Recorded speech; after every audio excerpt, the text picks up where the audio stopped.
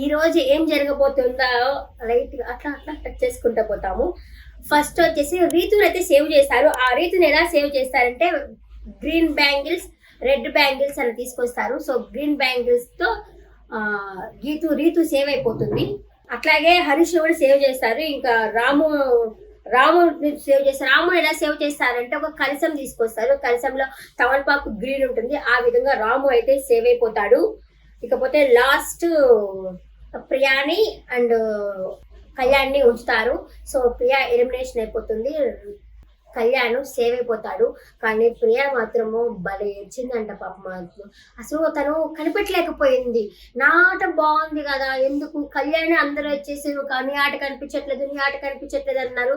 నేను పోతానేమో అని చెప్పి అనుకోలేకుండా పోయింది. అట్లాగే బిగ్ బాస్ ఇంట్లో ఏడుస్తుందంట, స్టేజ్ మీద ఏడుస్తుందంట, అలాగే బజ్జీలో కూడా ఏడుస్తుందంట. ఆ నోరమ్మా నోరు, ఆ నోరు కంట్రోల్ చేసుకుంటూ ఉండేదాన్ని. ఇంకా అలాగే సిద్ధు వచ్చేసి ఆ అమ్మాయికి కాఫ్ అయితే తీసుకొని వచ్చిస్తాడు మూవీ ప్రమోషన్ లో భాగంగా. ఇంకా నెక్స్ట్ వచ్చేసి ఒక 5 టాస్క్లు అయితే పెడతారు. ఆ 5 టాస్కుల్లో వచ్చేసి గ్రీన్ టీము, బ్లూ టీము అని 2 డివైడ్ చేస్తారు. దాంట్లో ఒకదానికి హెడ్ వచ్చి ఇమానియల్, ఇంకొక దానికి హెడ్ వచ్చేసి ఇమానియల్, ఇంకొక దానికి వచ్చేసి దివ్య హెడ్, 2 టీంలు. అలాగే ఇంకో 5 టాస్కులు పెట్టిన తర్వాత మళ్ళీ వాళ్ళకి ఇంకొక టాస్క్ పెడతారు. ఆ టాస్క్ ఏంటి అంటే ఒక ఇమేజ్ అనేది చూపిస్తాడు. ఆ ఇమేజ్ హౌస్ లో నుంచి తీసుకొచ్చి దాంట్లో పెట్టాలి. అదే టాస్క్. దాంట్లో వచ్చేసి డిమాండ్ పవన్ అయితే బాగా పెడతాడు. సో డిమాండ్ పవన్ కెప్టెన్ అయ్యాడు.